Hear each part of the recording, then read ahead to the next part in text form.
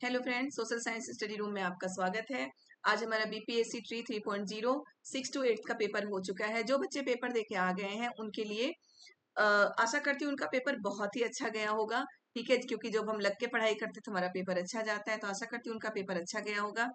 हम और पेपर के बाद जब हम पेपर देने के बाद घर आते हैं सबसे ज्यादा हमें इंतजार होता है आंसर की का। ठीक है, तो मैं आपके लिए आंसर की लेके आई हूँ हिस्ट्री, इसके बाद पॉलिटी, फिर ज्योग्राफी, फिर इको, सबके आंसर की जो हमारे सोशल साइंस के आंसर की है वो सारे मैं आपसे डिस्कस करूंगी। ठीक है, तो चलिए टाइम वेस्ट किए हुआ जो आप चाहते हैं कि आपको आंसर की जल्दी से जल्दी बताया जाए तो वो हम करते हैं। तो हिस्ट्री का जो क्वेश्चन नंबर, ये याद रखिएगा बेटा, ये जो हमारा सेट नंबर के है। ओके, ये जो पेपर है उसका सेट नंबर के है। तो हिस्ट्री का जो फर्स्ट क्वेश्चन है कि गुप्त वाकाटक युग में तार्किक तर्क और बहस पर ध्यान केंद्रित करते हुए भारतीय दर्शन के किस महत्वपूर्ण स्कूल का विकास हुआ था, तो वो हमारा कौन था? वैश्विक स्कूल। ठीक है, क्या है? वैश्विक स्कूल का विकास हुआ था, तो फर्स्ट का ए होगा। सेकंड क्वेश्चन है हमारा 1901 में दादा भाई नौरोजी की पुस्तक poverty and un British rule in India के प्रकाशन में सहायक भूमिका निभाई गई। मतलब कि जो दादा भाई नौरोजी की पुस्तक थी poverty and un British rule of India, इनमें किसने सहायक भूमिका निभाई थी?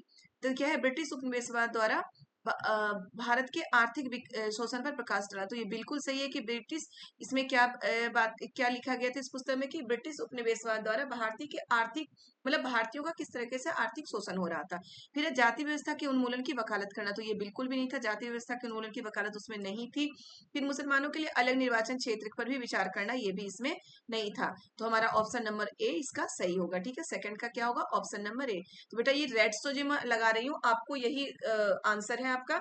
ये ब्लैक वाला जिनका भी क्वेश्चन पेपर है ये वो उन्होंने लगाया है, जो भी पेपर देके आए होंगे। तो ये हमारा गलत है। ओके, जिसने भी ये पेपर दिया है उनका ये ऑप्शन गलत है। ऑप्शन नंबर ए इसका सही होगा। नेक्स्ट है क्वेश्चन नंबर 3 है भारत में पहली सूती कपड़ा मिल किस वर्ष स्थापित की गई थी? बेटा याद करिए, मैं कल ही जो आंसर की मैंने डाला था उसमें ये वाला क्वेश्चन था कि भारत में पहली सूती कपड़ा मिल किस वर्ष स्टार्ट की गई थी, तो ये क्या है? 1854। 1854 में भारत में पहली सूती कपड़ा मिल स्थापित की गई थी। ठीक है, तो 3 का कौन सा है? सी। अब हमारा 4 है। 4 में क्या है? गदर आंदोलन एक क्रांतिकाली आंदोलन जिसका उद्देश्य भारत में ब्रिटिश शासन को उखाड़ फेंकना था, के नेता कौन थे? गदर आंदोलन क्या है? एक क्रांतिकारी आंदोलन था। तो इसमें क्या है कि एक क्रांतिकारी आंदोलन जिसका उद्देश्य भारत में ब्रिटिश शासन को उखाड़ फेंकना था, इसके नेता कौन थे? तो करतार सिंह साराभाई थे इनके नेता। ठीक है, कौन थे? करतार सिंह साराभाई। हमारा ऑप्शन नंबर बी सही है इसका। फिर है मूला मसक्त और बोलन क्या है? मूला मसक्त और बोलन, बोलन दर्रा कई बार सुना होगा आपने। ठीक है, बोलन दर्रा कहाँ पे है? लद्दाख में है बोलन दर्रा।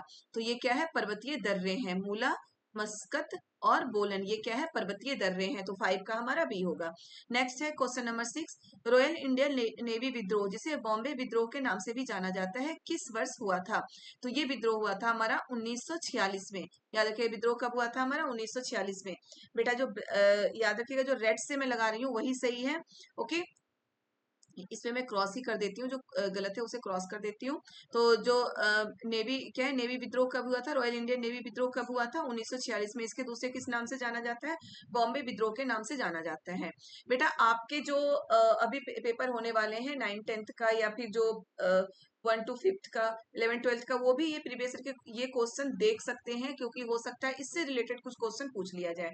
ओके, चलिए क्वेश्चन नंबर 7 देखते हैं। क्राउन शासन के तहत भारत का पहला वायसराय और गवर्नर जनरल कौन था?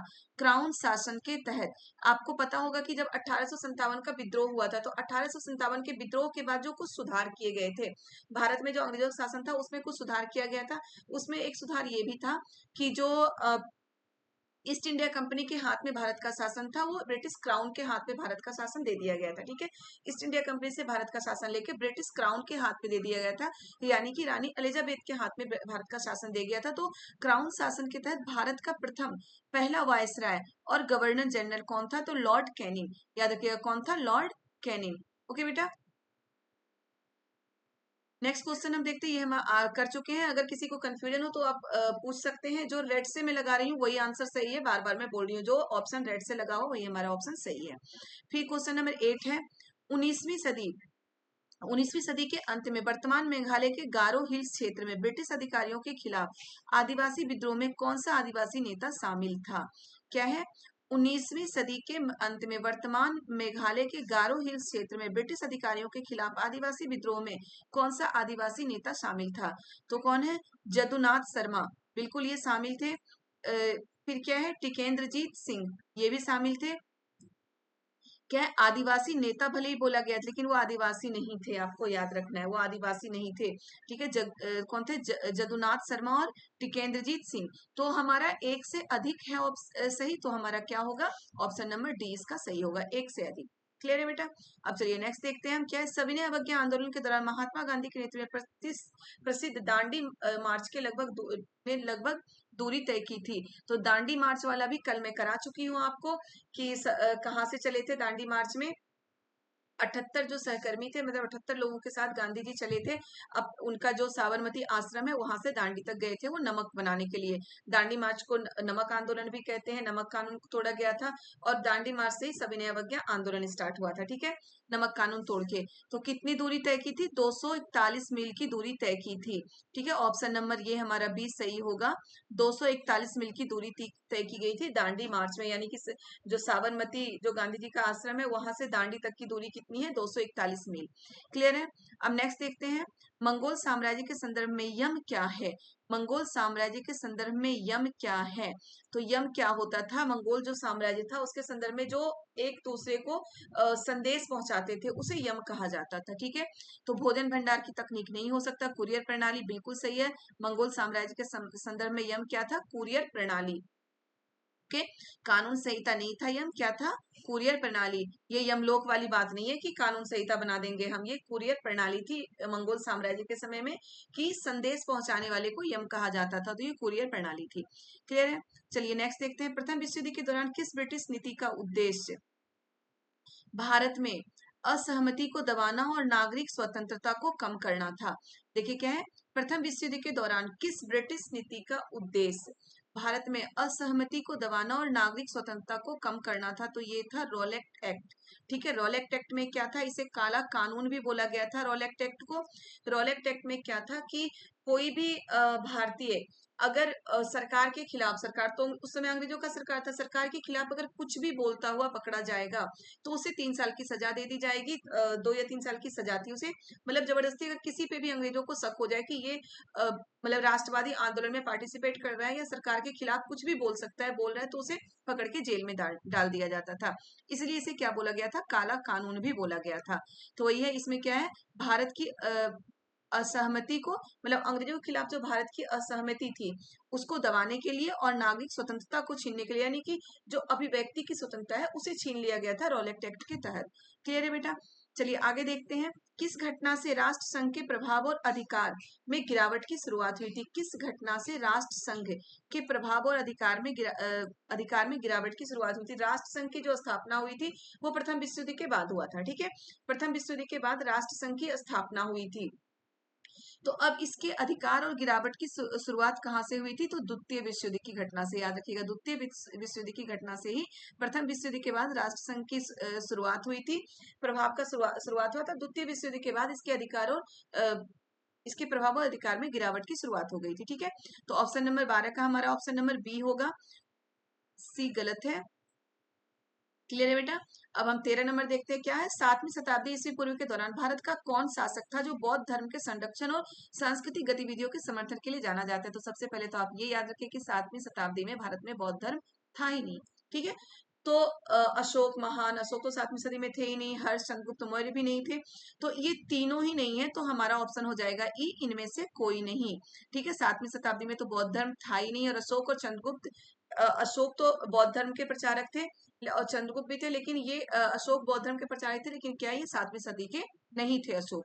ठीक है, तो 7वीं सदी में है कि ईस्वी पूर्व, 7वीं शताब्दी ईस्वी पूर्व के दौरान भारत का कौन शासक था जो बौद्ध धर्म के संरक्षण और सांस्कृतिक गतिविधियों के समर्थन के लिए जाना जाता है?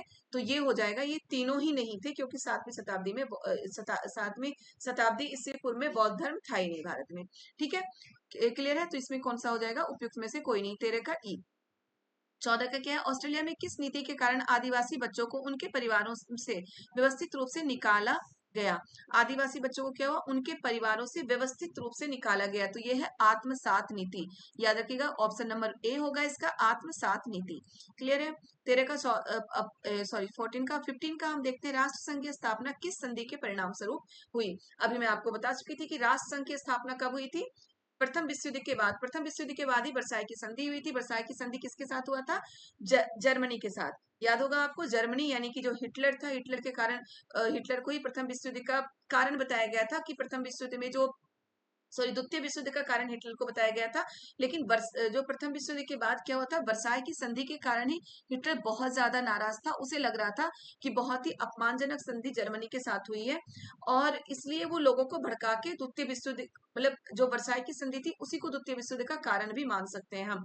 हिटलर द्वितीय विश्व युद्ध का कारण था, और जो राष्ट्र संघ की स्थापना हुई थी वो वर्साई की संधि के परिणाम स्वरूप हुई थी। याद रखिए, प्रथम विश्व युद्ध के बाद वर्साई की संधि हुई थी, और वर्साई की संधि के परिणाम स्वरूप क्या हुआ था, राष्ट्र संघ की स्थापना हुई थी, जो मैं आपको ऊपर भी बता चुकी हूँ। और राष्ट्र संघ के जो प्रभाव कब हुआ, द्वितीय विश्व युद्ध के बाद। क्लियर है बेटा। चलिए नेक्स्ट देखते हैं। वर्नाकुलर प्रेस एक्ट ने भारतीय भाषाई समाचार पत्रों की सूचना पर गंभीर प्रतिबंध लगा दिए। यह किस वर्ष पारित हुआ था, तो यह कब पारित हुआ था, 1878 में पारित हुआ था वर्नाकुलर प्रेस एक्ट। ओके, अब चलिए नेक्स्ट देखते हैं। क्वेश्चन नंबर 7, किस घटना ने खिलाफत आंदोलन के लिए उत्प्रेरक का काम किया। खिलाफत आंदोलन के लिए किस घटना ने उत्प्रेरक का काम किया, बंगाल का विभाजन, वर्साई की संधि, जालियांवाला बाग हत्याकांड। तो ये तीनों ही नहीं होगा। खिलाफत आंदोलन किसके कारण हुआ था, जो तुर्की के खलीफा हैं उनको गद्दी से हटा दिया गया था, और इसी कारण भारत में खिलाफत आंदोलन हुआ था, तुर्की के खलीफा के सपोर्ट में। तो ये तीनों ही नहीं होगा ना, हमारा ऑप्शन नंबर ई सही होगा। ठीक है, कि ऑप्शन नंबर ई हमारा सही होगा कि किस घटना ने खिलाफत आंदोलन के लिए उत्प्रेरक का काम किया। तो उपयुक्त में से कोई नहीं। क्या होगा, खिलाफत आंदोलन किसके कारण हुआ था, तुर्की के खलीफा को गद्दी से हटा देने के कारण खिलाफत आंदोलन हुआ था। तो यही है कि उपयुक्त में से कोई नहीं, इसमें तुर्की के खलीफा को गद्दी से हटाने की बात कहीं नहीं की गई, तो उपयुक्त में से कोई नहीं होगा। ठीक है, अब 18 है, किस असीरियन राजा ने अपनी राजधानी नीनवे में एक पुस्तकालय एकत्रित किया था। किस असीरियन राजा ने, तो इसमें क्या होगा, असुरवनीपाल ने। किसने किया था, असुरवनीपाल ने किया था। क्लियर है बेटा। 18 का। 19 का है, 1940 के दशक में। क्या है 19 का, 1940 के दशक के दौरान बंगाल में तेभागा आंदोलन ने मांग की। तेभागा आंदोलन, ठीक है, क्या है 1940 के दशक के दौरान बंगाल में तेभागा आंदोलन ने मांग की थी जमींदारी प्रथा का पूर्ण उन्मूलन। बिल्कुल सही है, तेभागा आंदोलन की मांग यही थी कि जमींदारी प्रथा पूरी तरह से खत्म कर दी जाए। दूसरा है, भूमिहीन किसानों के बीच जो अधिशेष भूमि होती है, या क्या है, भूमिहीन किसानों के बीच अधिशेष भूमि का पूर्ण वितरण।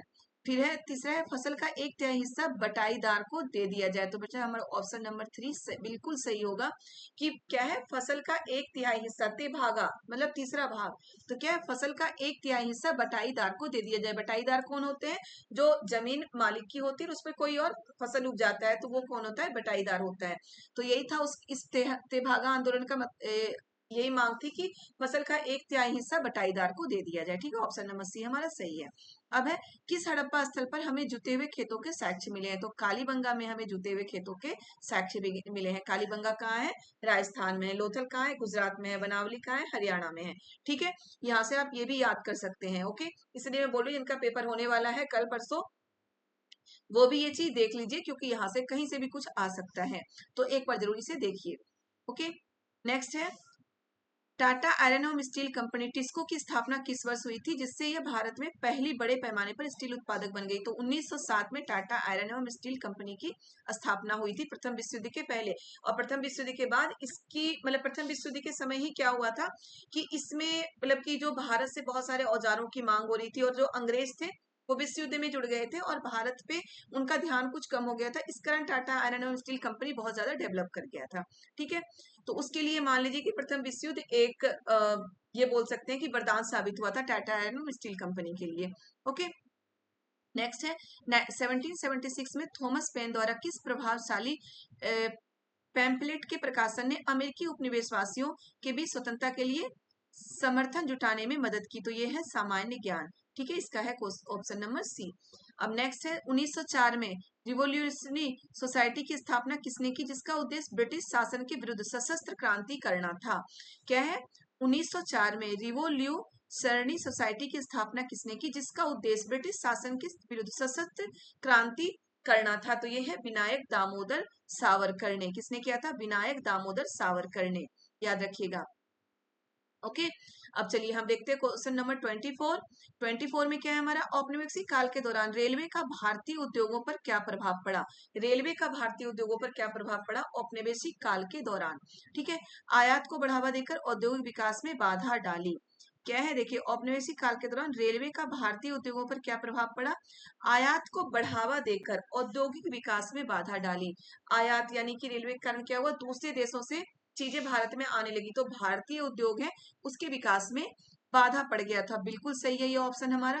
दूसरा है दूर दराज के क्षेत्रों में उद्यमिता को प्रोत्साहित किया गया, नहीं होगा, सस्ता परिवहन प्रदान करके औद्योगिक विकास को बढ़ावा दिया गया। तो अंग्रेज कभी भी भारतीय में औद्योगिक विकास करना ही नहीं चाहते थे, याद रखिएगा। अंग्रेज हमेशा क्या चाह रहे थे, जो औपनिवेशिक काल के दौरान अंग्रेज हमेशा क्या चाह रहे थे कि सारा फायदा अंग्रेजों को हो, भारतीयों को किसी भी तरह का फायदा वो नहीं चाह रहे थे। तो ऑप्शन ए हमारा सही होगा। ठीक है, नेक्स्ट देखते हैं एएसआई के पहले निदेशक कौन थे। तो एएसआई के पहले निदेशक हमारे कौन थे, अलेक्जेंडर कनिंघम। ठीक है, अब नेक्स्ट है क्वेश्चन, कौन सा समझौता भारत और चीन के बीच सीमा मुद्दों को हल करने में विफल रहा, जिससे अंततः संघर्ष हुआ। क्या है, कौन सा समझौता भारत और चीन के बीच, याद रखिएगा, भारत और चीन के बीच सीमा मुद्दों को हल करने में विफल रहा, जिससे अंततः संघर्ष हुआ। शिमला समझौता, तो जो हमारा शिमला समझौता है वो हुआ था भारत और पाकिस्तान के बीच।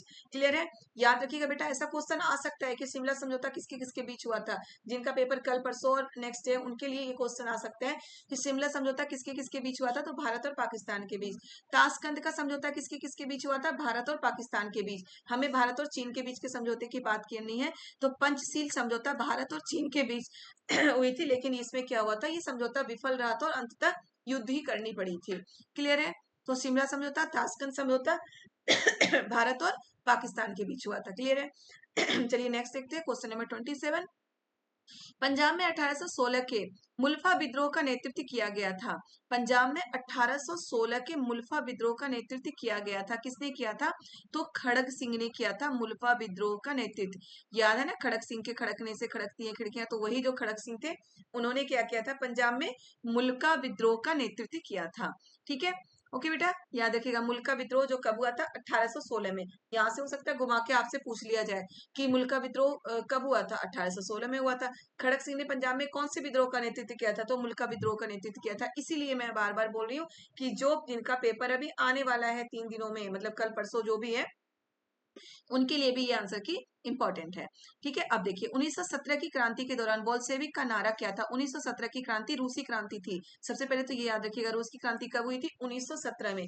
तो 1917 की क्रांति के दौरान बोल्शेविकों का नारा क्या था, उनका नारा था दुनिया के मजदूरों एक हो जाओ। बोल्शेविकों का नारा क्या था, दुनिया के मजदूरों एक हो जाओ। ओके, हमारा ऑप्शन नंबर कौन सा सही होगा इसमें, ऑप्शन नंबर बी हमारा सही है, दुनिया के मजदूरों एक हो जाओ। ओके, चलिए फिर देखते हैं 1854 का वुड डिस्पेच किससे संबंधित था। 1854 का जो वुड डिस्पेच है वो शिक्षा से संबंधित था। तो याद रखिएगा, आधुनिक शिक्षा, भारत में विश्वविद्यालयों की स्थापना, सामाजिक सुधार, नहीं तो वो किससे संबंधित था, शिक्षा से संबंधित था 1854 का वुड डिस्पेच। क्लियर है, नेक्स्ट देखते हैं क्वेश्चन नंबर 30। हिटलर की आत्मकथा जिसमें जर्मनी के लिए उनकी राजनीतिक विचारधारा और भविष्य की योजनाओं को रेखांकित किया गया था का शीर्षक है। हिटलर की जो आत्मकथा थी जिसमें क्या था, जर्मनी के लिए उनकी राजनीतिक विचारधारा और भविष्य की योजनाओं को रेखांकित किया गया था, उसका शीर्षक क्या, सॉरी शीर्षक क्या है, मीन क्राफ्ट, यानी कि मेरा संघर्ष। हिंदी में उसे क्या बोलते हैं, हिंदी में आ जाए तो मेरा संघर्ष। क्या नाम है उसका इंग्लिश में, मीन क्राफ्ट, मीन काफ, काम। ओके, क्राफ्ट नहीं, मीन काम। ये था हिटलर की आत्मकथा, उसके पुस्तक का शीर्षक था मीन काफ, और हिंदी में उसे क्या बोलेंगे, मेरा संघर्ष। ठीक है, नेक्स्ट क्वेश्चन देखते हैं, इटली के एकीकरण के जनक के रूप में किसे जाना जाता है। तो ग्यूसेप माजीनी को इटली के एकीकरण के रूप में जाना जाता है।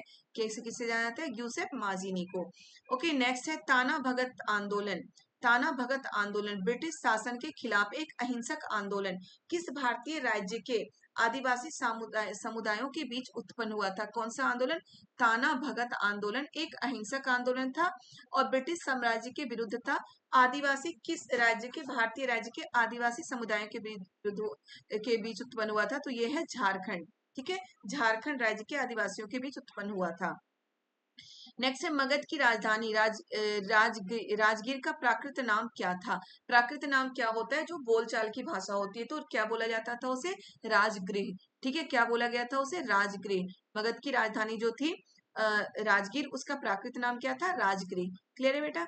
नेक्स्ट देखते हैं वियतनामी राष्ट्रीय आंदोलन वियतनामी राष्ट्रवादी इतिहास में 1930 में येन वाई विद्रोह का क्या महत्व था? येन वाई विद्रोह का क्या महत्व था?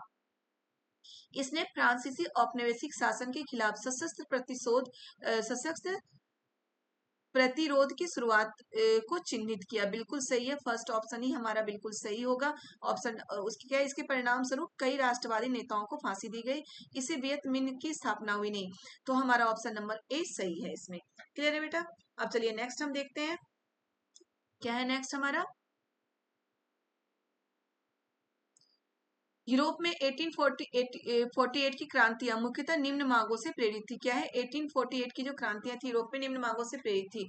आर्थिक समानता और समाजवाद, बिल्कुल सही है, आर्थिक समानता और समाजवाद की मांग थी। धार्मिक स्वतंत्रता और सहिष्णुता, ये भी बिल्कुल सही है। राजनीतिक सुधार और लोकतंत्र, ये भी बिल्कुल सही है। तो हमारा एक से ज्यादा ऑप्शन सही है, तो डी हमारा सही होगा, क्योंकि इसमें तीनों ही सही है, तो हमारा ऑप्शन डी इसमें सही होगा। ठीक है, अब है हमारा 34। 1878 में द हिंदू अखबार की स्थापना किसने की? जो भारतीय राष्ट्रीय आंदोलन के दौरान जनमत को आकार देने में प्रभावशाली रहा। 1878 में द हिंदू अखबार की स्थापना किसने की? जो भारतीय राष्ट्रीय आंदोलन के दौरान जनमत को आकार देने में प्रभावशाली रहा। तो जी सुब्रमण्यम अय्यर ने की थी। किसकी? द हिंदू अखबार की स्थापना की थी, जो भारतीय राष्ट्रीय आंदोलन के जनमत को आकार देने में प्रभावशाली रहा। ओके, अब नेक्स्ट देखते हैं हम 37 नंबर। क्या है? 1916 के लखनऊ सत्र के दौरान भारतीय राष्ट्रीय कांग्रेस के अध्यक्ष कौन थे? क्या है? 1916 के लखनऊ सत्र के दौरान भारतीय राष्ट्रीय कांग्रेस के अध्यक्ष कौन थे? कहा? जहां कांग्रेस लीग की समझौते पर हस्ताक्षर किया गया। क्या है? कांग्रेस लीग की समझौते पर हस्ताक्षर किया गया, तो वो थे अंबिका चरण मजूमदार। कौन थे? अंबिका चरण मजूमदार। क्लियर है? चलिए नेक्स्ट देखते हैं 38, क्वेश्चन नंबर 38। क्या है? प्रथम विश्व युद्ध ने भारत के व्यापार संतुलन को कैसे प्रभावित किया? प्रथम विश्व युद्ध ने भारत के व्यापार संतुलन को कैसे प्रभावित किया? क्या निर्यात में कमी के कारण व्यापार में घाटा हुआ? क्या निर्यात में कमी के कारण व्यापार में घाटा हुआ? अभी मैं आपको बता चुकी थी कि प्रथम विश्व युद्ध के दौरान क्या होता है, भारतीय व्यापार में तरक्की हुई थी, घाटा नहीं हुआ था, तो ये तो नहीं होगा। फिर इसका भारत के व्यापार संतुलन पर कोई महत्वपूर्ण प्रभाव नहीं पड़ा, तो ये भी नहीं होगा। इसके निर्यात में वृद्धि के कारण व्यापार में अधिशेष हुआ। व्यापार में तो बिल्कुल सही है, व्यापार में अधिशेष हुआ यानी कि व्यापार में बढ़ोतरी हुई। ठीक है, तो ऑप्शन नंबर सी हमारा सही होगा। नेक्स्ट देखिए क्या है? उत्तर वैदिक काल के दौरान रचित किस प्राचीन भारतीय ग्रंथ में दार्शनिक भजन और ब्रह्मांड विज्ञान और नैतिकता पर चर्चाएं शामिल है? उत्तर वैदिक काल। ओके, तो उत्तर वैदिक काल की बात की गई है, तो ऋग्वेद तो होगा नहीं, कि ऋग्वेद तो उत्तर वैदिक काल से पहले ही बन गया था। उपनिषद, तो उपनिषद जहाँ पे राष्ट्रीय भजन और ब्रह्मांड ज्ञान की बात की जाए ना, तो उपनिषद में ऐसी बातें की गई है। ठीक है, तो उपनिषद हमारा सही है। उपनिषद से रिलेटेड और भी क्वेश्चन आते हैं कि उपनिषद का शाब्दिक अर्थ क्या होता है, तो उपनिषद का शाब्दिक अर्थ होता है गुरु के समीप बैठना। तो ऐसे क्वेश्चन भी आ जाता है कि उपनिषद का शाब्दिक अर्थ क्या है, तो उपनिषद का शाब्दिक अर्थ क्या होता है? गुरु के समीप बैठना। उपनिषद में क्या था कि कोई लिखित नहीं होता था जब ये हुआ था, उस समय गुरु बोल के सुनाते थे, मौखिक ज्ञान होते थे, और जो मतलब कि शिष्य होते थे वो उसे सुनते थे। ठीक है, हमारा क्वेश्चन नंबर 40 यानी कि लास्ट क्वेश्चन है हिस्ट्री का। क्या है? स्टेलिनग्राद की लड़ाई द्वितीय विश्व युद्ध में एक महत्वपूर्ण मोड़ किन दो देशों के बीच हुई थी? स्टेलिनग्राद की लड़ाई द्वितीय विश्व युद्ध में एक महत्वपूर्ण मोड़ किन दो देशों के बीच हुई थी? तो यह है जर्मनी और सोवियत संघ के बीच। क्लियर है? जर्मनी और सोवियत संघ के बीच हुई थी स्टेलिनग्राद की लड़ाई। अब आप एक दो क्वेश्चन का आंसर मुझे कमेंट में जरूर बताइएगा कि जो द्वितीय विश्व युद्ध का अंत कहाँ पे जो एटम बम गिराया गया था, कहाँ पे गिराया गया था, उसका नाम जरूर बताइएगा, डेट जरूर बताइएगा, क्योंकि ऐसे क्वेश्चन आते हैं। ठीक है, नाम और डेट के साथ आप मुझे प्लीज बताइएगा कि द्वितीय विश्व युद्ध का अंत कहाँ पे बॉम्ब गिराने से हुआ था। नाम, उस शहर का नाम और डेट, कब गिराया गया था। 2 शहरों पे गिराया गया था।